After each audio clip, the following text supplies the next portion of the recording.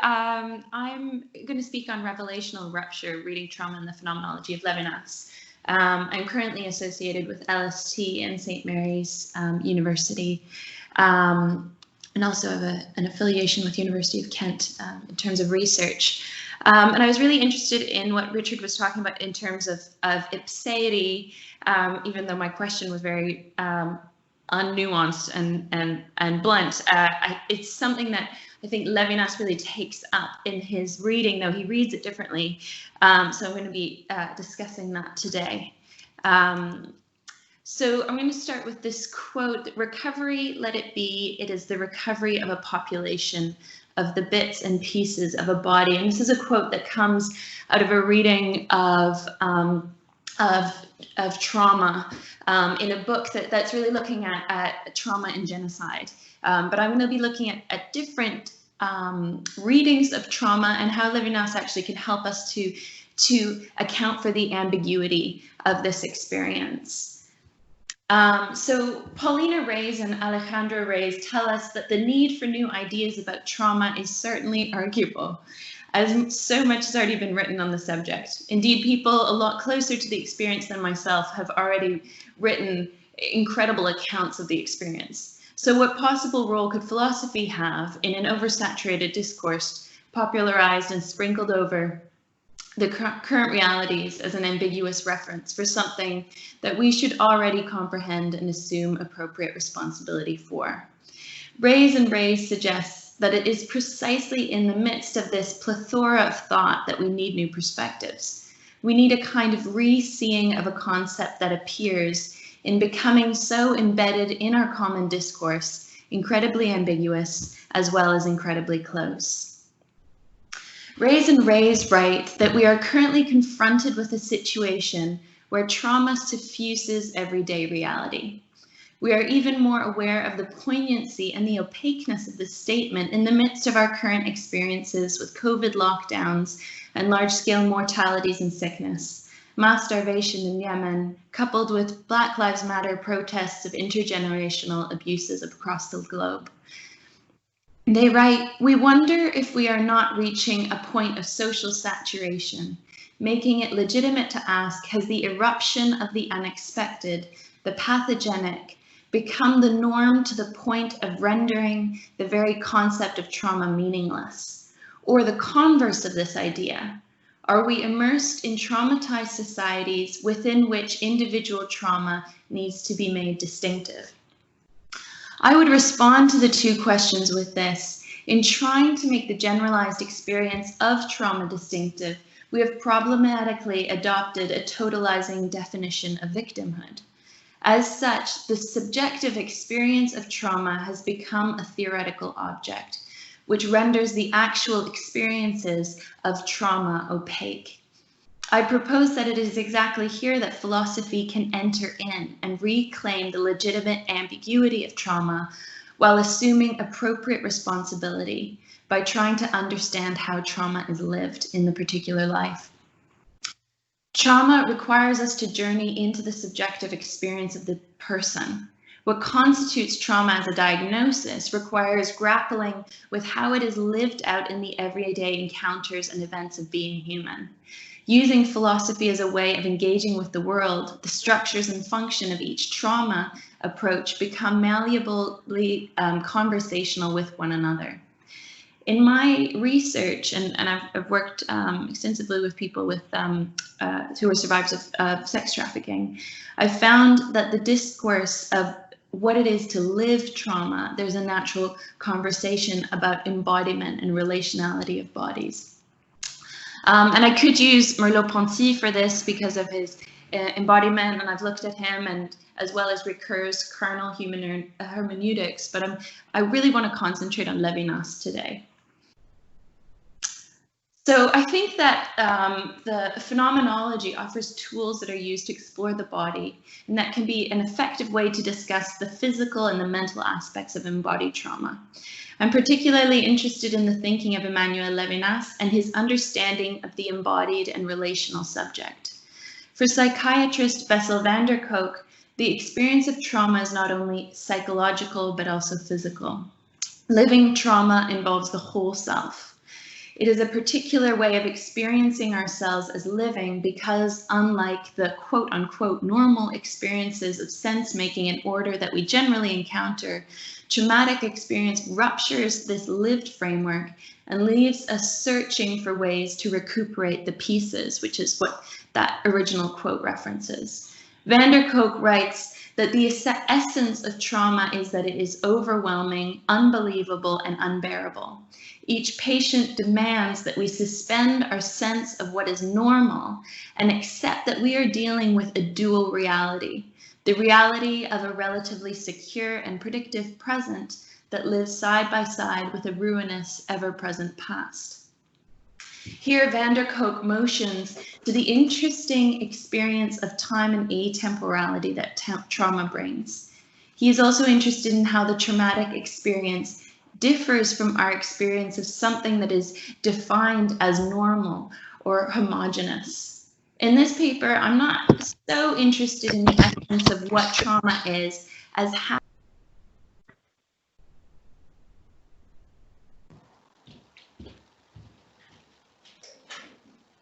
we cannot hear you anymore. At least I can't. Okay. Can you hear me now?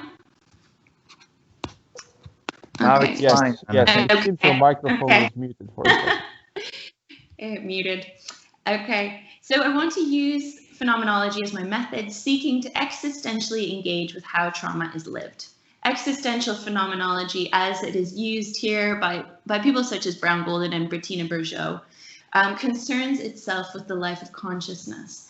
This is particularly effective for this discourse because it enables us to move away from the challenges of precise diagnostic definitions and therapeutic workability and use the ambiguity of trauma as a fertile soil for exploring what it reveals about human experience. For Levine, so for instance, psychologist Peter Levine's account of hyperarousal provides important insights that can be read through phenomenology, through the language of somatic experiencing. For instance, for Levine, trauma is not a disease, but rather a human experience rooted in survival instincts. Now, this is interesting because Levine wants to connect trauma to the wider picture of what it means to be humans. We've got this kind of interesting, this is what we can work with in terms of existential phenomenology. For Levine, it constitutes a part of our experience as an animal self. He writes that in trauma, humans can re-terrorize themselves out of their misplaced fear of their own intense sensations and emotions. Here he is connecting a specific experience in the body, what he unpacks as the fight or flight experience, to the flooding of an emotional experience associated with trauma. It's helpful to see how the body and memory connects in this way, but it also leaves many unanswered questions. How is the body perceived in this matter? What does this experience reveal about the ongoing suffering as it constitutes a person's subjectivity? Why are particular experiences interpreted in this way? Not all of these will be answered here, but those that are will require the tools that phenomenology brings us, namely, quote, how we are formed as selves, as Jill Stauffer describes in Ethical Loneliness. This definition points not only to the narrowing of human experience as the task of an interdisciplinary work, but also to the permissivity of having this discourse. Reading trauma through experiences of revelation. So Stauffer quotes Levinas, who places the phenomenology of a self as formed in relation to the other. Quote, the word I means here I am, answering for everyone and everything. For Levinas, our subjectivity is comprised of a revelatory experience of the other. The other confronts us, and in that confrontation, we become subject to the other, exiting out of our enclosed ego. I will suggest that Levinas's critique of being, critique of Heidegger, through his writing on response as revelation, can give insight into how we understand trauma theory. In Levinas' account of trauma, he shows how the freedom of the body compromises itself as it turns on and traps the self.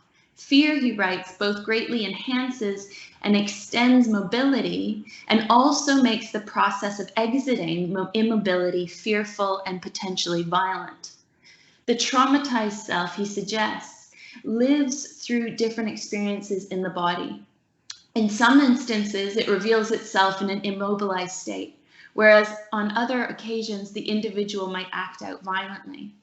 He recounts a story of a young boy in 1945, documented by David Levy, who studied the traumatic experiences of hospitalized children.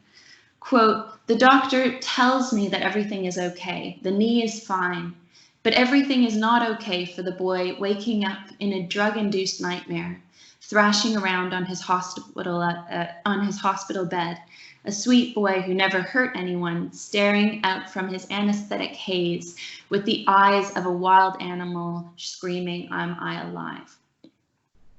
Now, in this example, this child experiences both an immobilization, that is, loss of freedom through undergoing the procedure, and a reassertion of movement, but neither fit the prior experiences of the child. The child's violent outbreak is just as, quote, unfree as the immobilization that he experiences during his medical procedure. Levine provides a biological reading of the experience by stating that, quote, "biologically, trauma victims are reacting like wild animals fighting for their life after being frightened or captured. But humans aren't just the same as animals. Many of the experiences differ. So, quote, in humans, such violence can have produced tragic consequences to both the individual and society." So this is social dimension. Levine is using biological language to develop this account, but it reveals questions that have importance for phenomenology. How do we understand or listen well, as Stafford puts it, to the ambiguous suffering of trauma? Levinas' philosophy motions to a problematic understanding of our encounter with otherness, which I would suggest has deep implications for understanding trauma, and then further discourses on healing. Trauma, as Levine points out, and I know it's confusing to have Levinas and Levine, but trauma, as Levine points out, jeopardizes both the straightforward priority of freedom and a unified project of the self. In Levinas's critique of modernity, philosophical idealism confronts the project of perfecting being's self-sufficiency, and here another challenge arises. Confronting idealism, the modern subject is not tied to perfecting one's free self-integration against another, but rather an abandonment of absolute notions of self. This abandonment, quote, of the transcendence project then opens up the concept of escape, quote, world weariness, the disorder of our time, le mal du siècle, which he sees in, for instance, Jean-Paul Sartre. This is akin to the traumatic experience itself, an experience of being, quote, bound to a burden, to use the words of Leonard Cohen, even after being taken out of Egypt.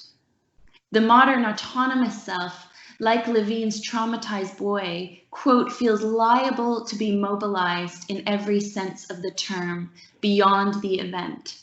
She belongs to herself, and the conquered terrain of selfhood takes on the inexpressible flavor of the absolute. And yet, the free self choosing itself becomes completely immobile. That is, becomes bound to the signification of her individual temporal existence par excellence. Levinas likens this modern experience of enchaînement to an experience of suffering.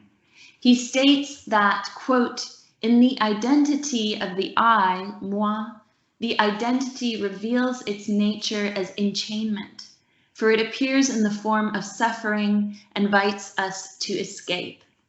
Thus, escape is the need to get out of oneself, that is, to break the most radical and unalterably binding of chains, the fact that the I, moi, is oneself, soi-même.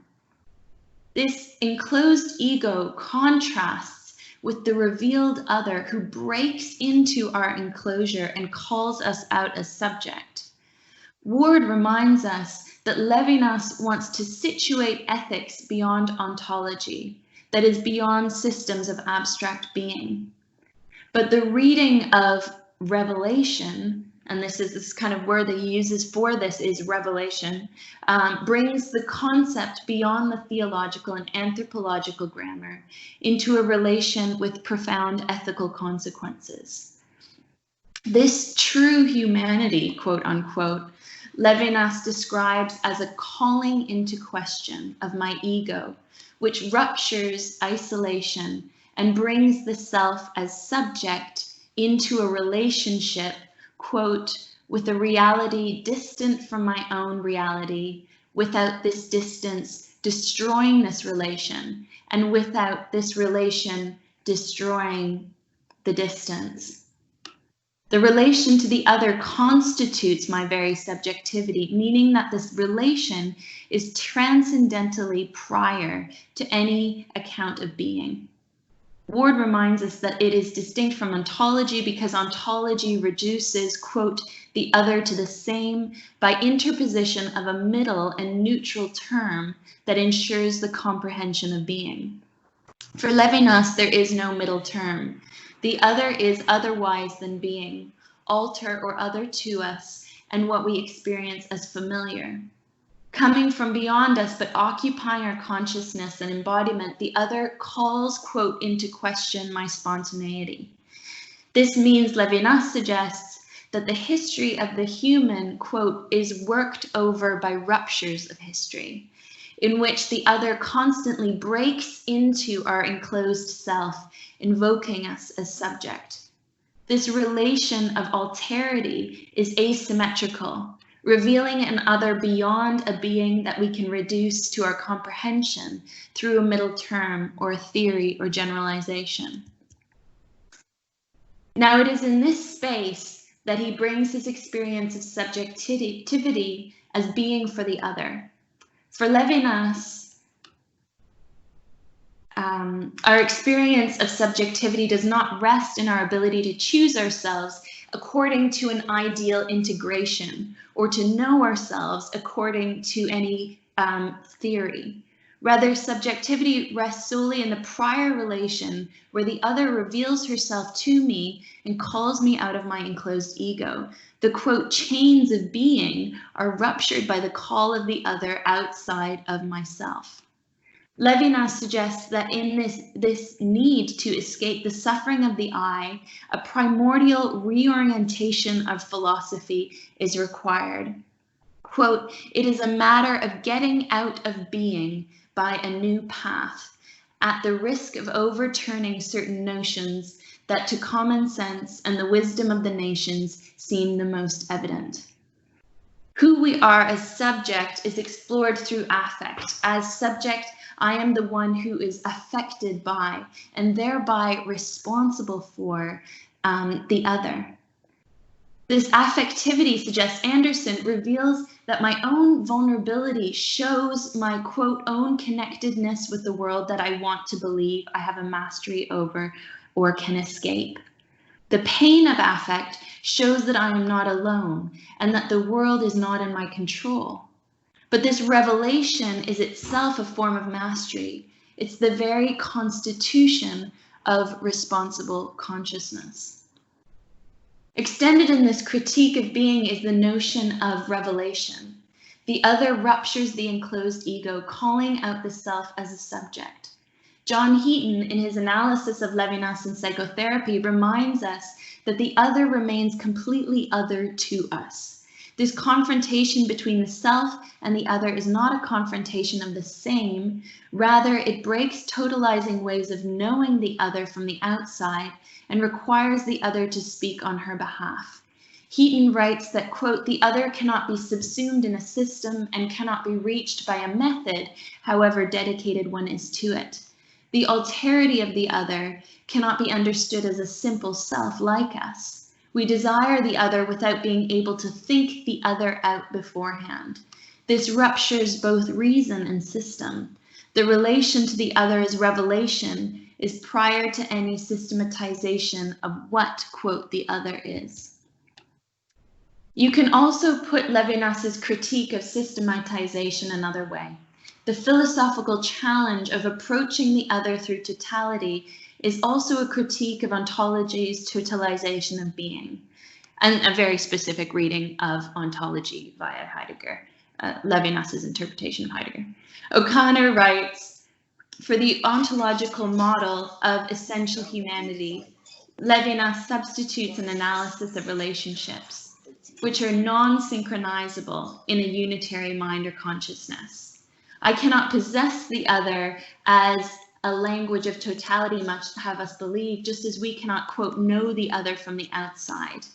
This is significant to how we understand trauma because it presses against any systematized reading of experience. While Levinas wants to avoid normative applications of his work, scholars have suggested that his reading of ethics primacy has practical implications in how we understand experience. For instance, this critique of totality then connects to Heaton's analysis of Levinas in relation to psychotherapy. For us, this is significant in unpacking predominant models of reading trauma through therapeutic systems.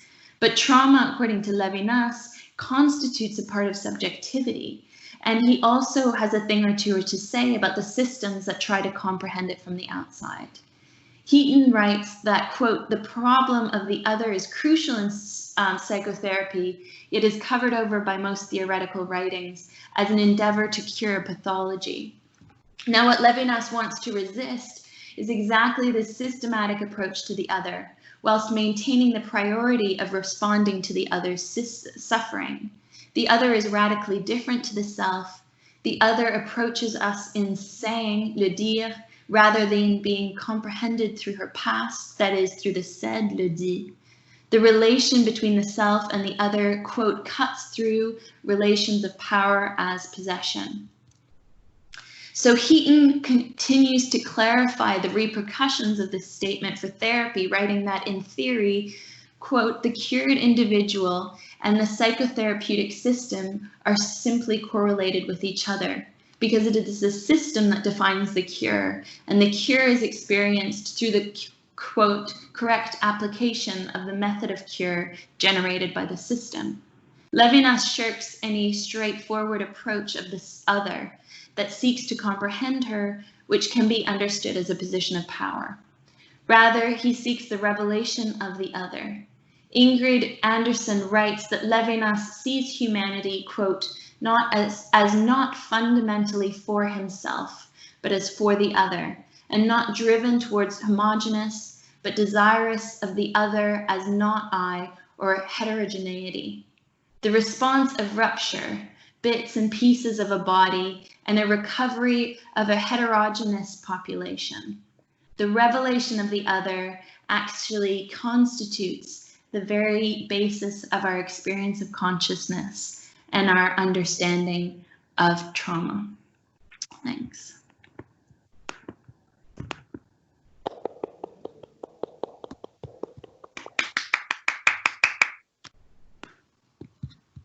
Thank you, Anna, very much. Let's move to the discussion. We still got 14 minutes. I'll turn off myself, and if you could just pick up the questions from the chat on the right. We already have one from Susie, but I'm sure more are coming. So we will leave you on our screen, and I'm just turning off, and just pick up the questions yourself if you could. Thanks.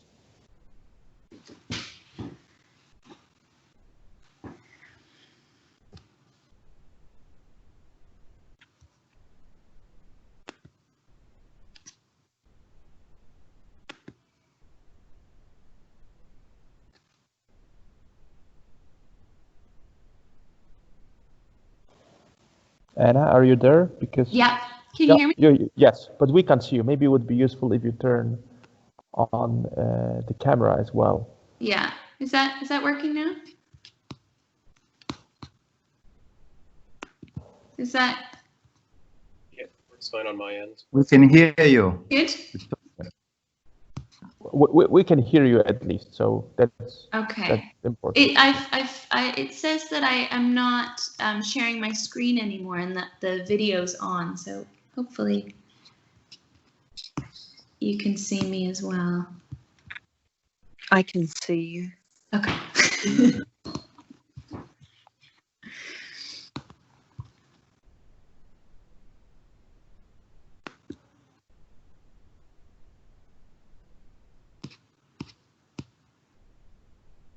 Anna, do you see the question? Oh, here we go. Yeah. From on the right in the chat. It's from Susie. Yes. Yeah. Doesn't traumatic experience undermine also the security and predictability of the present? Don't you think the traumatic experience impacts both present and past reality? That the reality, I agree that the reality of present and past can split from each other and become somewhat dual, but I also think that the present is not felt. As I say, yeah, I totally agree with that reading of trauma. I'm trying to think in terms of Levinas. I think it's that, I mean, in terms of the present, it's that the present is continuously interrupted. So there is a continuous, that history is continuously ruptured. So yeah, I would agree with that there is this kind of rupture of the history that is kind of present future by the past. Yeah.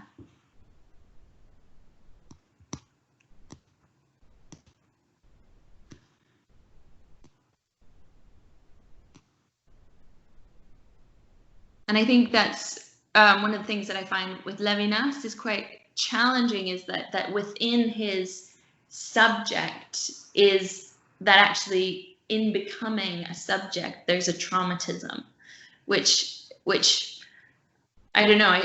The more I look at it, the more I just think there's so much to kind of look at in that. Actually, in the constitution of subjectivity, he experiences is a trauma, and it's not just a response to the other, but actually within the self, exiting out of the ego. Can I make a small remark about your talk, Anna? Yes. I really enjoyed it. I like it very much. I like your reading of Levinas. I like you reading Levinas. Mm-hmm. I like you bringing Levinas into phenomenology and clinical phenomenology through trauma. Mm-hmm. Well, I would like to ask you if you share this idea. What is traumatic to Levinas? Mm-hmm. To be seen and known by the other as a graspable, immutable, same persisting unity. This is traumatic. So for me, it is a trauma if you see me and if you believe you can know me as a graspable, same persisting, immutable unity. This is a trauma. Would you agree with that?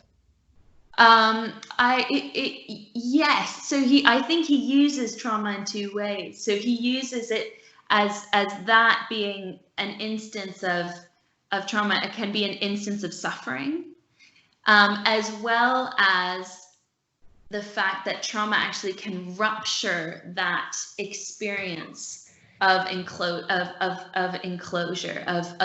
of comprehensibility, if that makes sense. Okay. Yeah. Thank you.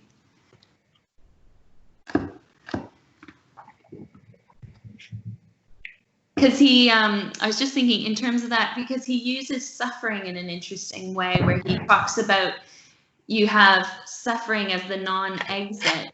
The other experience is suffering as the non-exit, and the overwhelming, which corresponds exactly to your definition of trauma there. But then that we take on suffering for the other. So we actually take on the trauma of the other by trying to take the person out of their suffering. So for instance, he talks about war, where there's maybe a medic who goes into the field to take the person out of the suffering experience. So suffering is both that enclosure, totality, and the rupture of that we assume on ourselves as responsibility.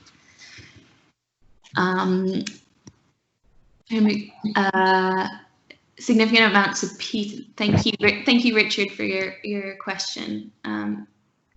Significant amounts of PTSD is caused by coming up against the experience of evil in oneself and others. Either what is traumatic, i.e., what is traumatic is often the experience of others or oneself being unthinkably cruel. I'm wondering if this is right, what the implications are, and how Levinas illuminates this aspect of trauma. Yeah, thank you so much.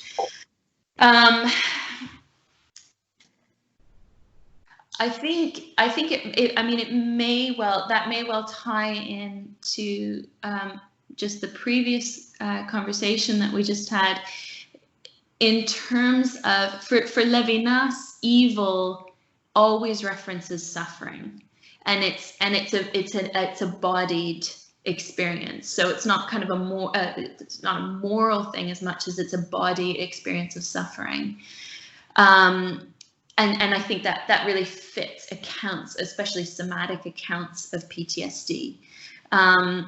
So what is traumatic is often the experience of others being unthinkably cruel. Yeah, and I think in Levinas's account, I mean, he's writing as a response to the Second World War, as a response to an unthinkable cruelty, where the trauma is this experience, this totalized experience of isolation in the pain. And the interesting thing with the PTSD is that you have this continued rupture of the past that brings in that isolation of pain. And so PTSD kind of offers this really interesting idea of responsibility, where we have to respond to the other in this experience of PTSD, maybe but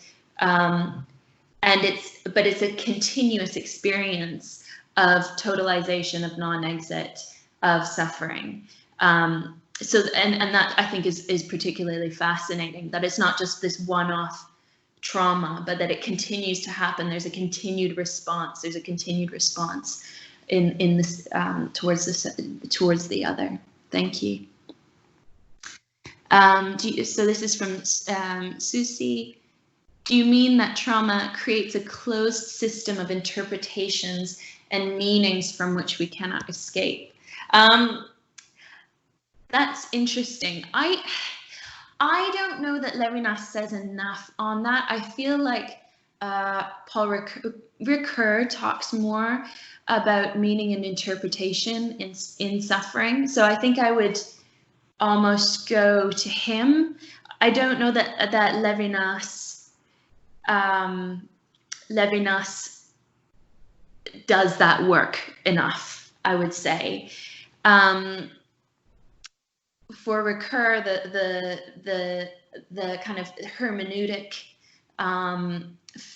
phenomenology actually means that we have to open ourselves to reconstituting meaning, which he talks about a second innocence. But I think closed systems of interpretations and meanings.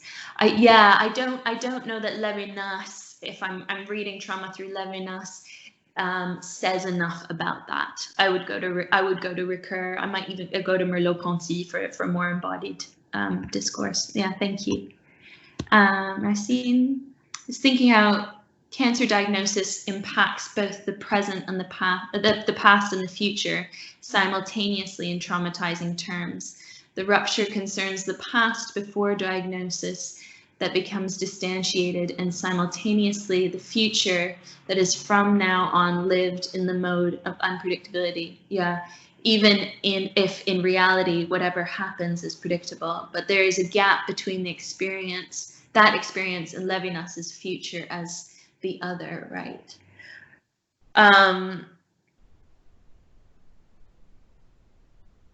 Yeah,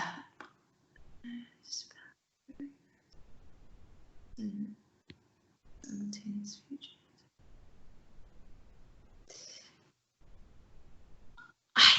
I think even going back to the original question, I think that's why there's this funny thing in Levinas where he says, you know, we need to take the person out of the other out of their suffering, and that's a very bodied thing. That's, you know, that's medical practice, and yet we're not allowed to comprehend the other through their diagnosis. So there's a responsibility as a doctor maybe to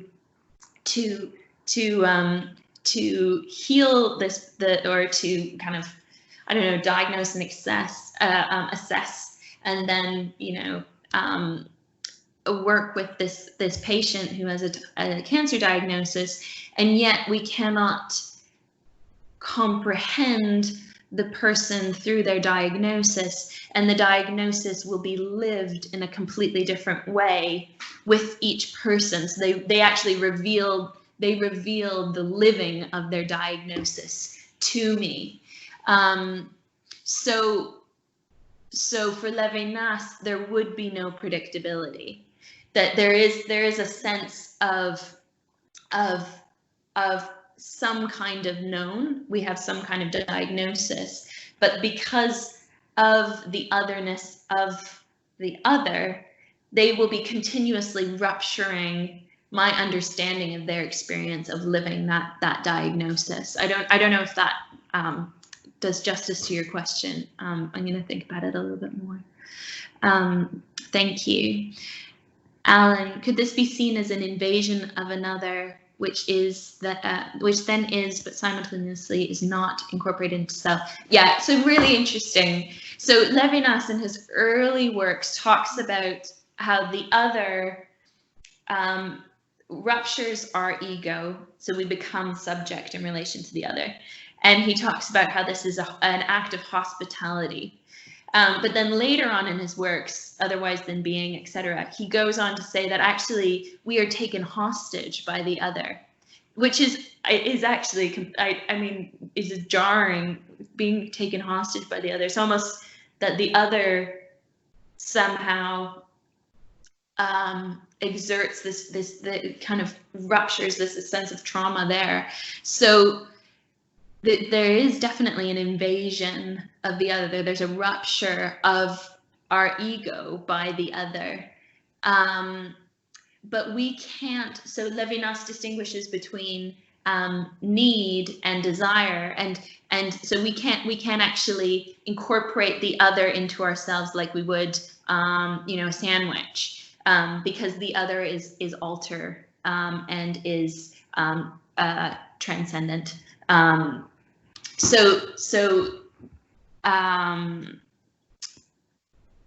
Yeah, so it couldn't, so it's never incorporated into the self, but it does rupture and we actually become subject, though it remains other, if that makes sense. Thanks, Anna. Thanks a lot. I'm afraid we got to cut the last question.